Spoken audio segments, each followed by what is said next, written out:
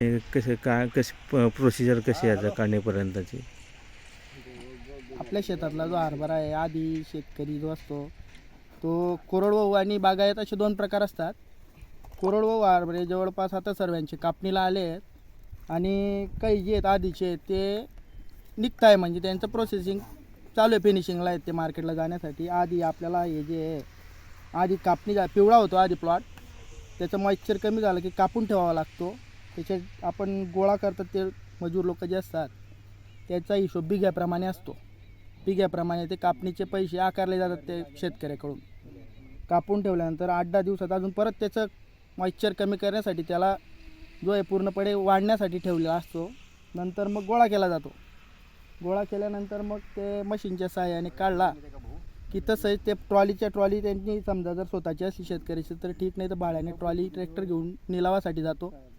पण गेल्या वर्षापेक्षा जो भाव आहे या वर्षाचा तो समाधानकारक नाही म्हणता येणार, कारण की मागच्या वर्षी जवळपास 8पर्यंत व्हिटूला भाव होता आणि मध्यंतरी असा भाव वाढला होता की 10पर्यंत जरी शेतकऱ्यांनी दिलेले आहेत बहुतेक, पण तो भाव टिकला नाही. पण तरी 8-8.5चा भाव टिकून होता शेवटपर्यंत. यावर्षी सुरुवातच 7,000पासून झालेली आहे. आता तर समजा माझ्या माहितीप्रमाणे भाव 7पेक्षाही कमी झालेला आहे आणि शेतकऱ्याला परवडण्याजोगं म्हटलं म्हणजे आशेचं पीक होतं हे.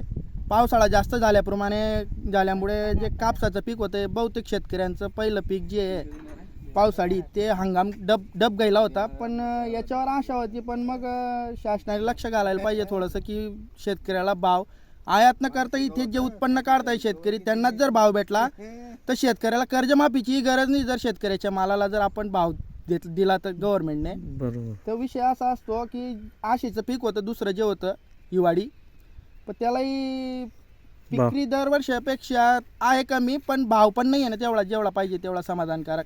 मजुरी जास्त लागत. मजुरी जास्त लागते आणि जो खर्च लागलेला असतो, ज्या आशेने शेतकरी ज्या उमेदीने खर्च लावतो तो खर्च निघाला नाही ना तर कुठेतरी शेतकरी निराश होतो. त्याची उमेद जी राहते पुढच्या पिकासाठीची ती कुठेतरी कमी होते. मग जेणेकरून कसं होतं, शेतकरी आत्महत्या कर्ज काढून जे पैसा लावलेला असतो, कोरडवाहू जमिनी होत आहे दिवसेंदिवस आणि रासायनिक खतांमुळे नापिकी होत चालते. तर शेतकऱ्यांना कसं उत्पन्न घट्ट आहे, भाव नाही आहे पिकाला, तर काय होतं, आणि कृषीप्रधान देश म्हटला जातो आपला. त्या हिशोबाने जर समजा शासनाने जर लक्ष घातलं तर बरं राहतं. जर उत्पन्न कमी राहिला, भाव चांगला राहता, शेतकऱ्याचा ताळमेळ बसून जातो. किती होता आपला संपूर्ण हरभरा? आपला जवळपास 6 बिघ्याचा प्लॉट आहे. अच्छा.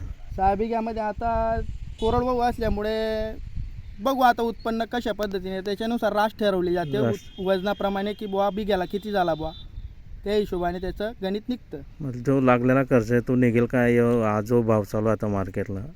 शेतकऱ्याला जी ते हातात सर्व खर्च काढून त्याची स्वतःची अंग मेहनत करून 10-20 हजार रुपये हातात राहतील बिघ्याप्रमाणे.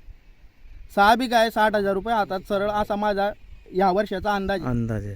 जर भाव राहिला असता समजा 6 बिघ्याचं 20,000 प्रमाणे 1,20,000 रुपये शेतकऱ्याला हातात राहिले असते, असा या 6 बिघ्याच्या हिशोबाने अंदाज आहे माझा अंदाजित. कारण काय आहे, यावर्षी ज्या हिशोबाने आता येलो मोजॅक म्हणून व्हायरस आलेला दिसतोय, जे माल तयार होणार होतात 8-10 दिवसानंतर तो आजच तयार होऊन जातोय. म्हणजे ते दाण्याची जी क्षमता होती वाढण्याची किंवा झाडाची जी पोसण्याची क्षमता होती ती कमी होऊन गेली यावर्षी. ओके. त्यामुळे थोडंसं नाराजीचं वातावरण भावामुळे शेतकऱ्यांमध्ये खूप आहे.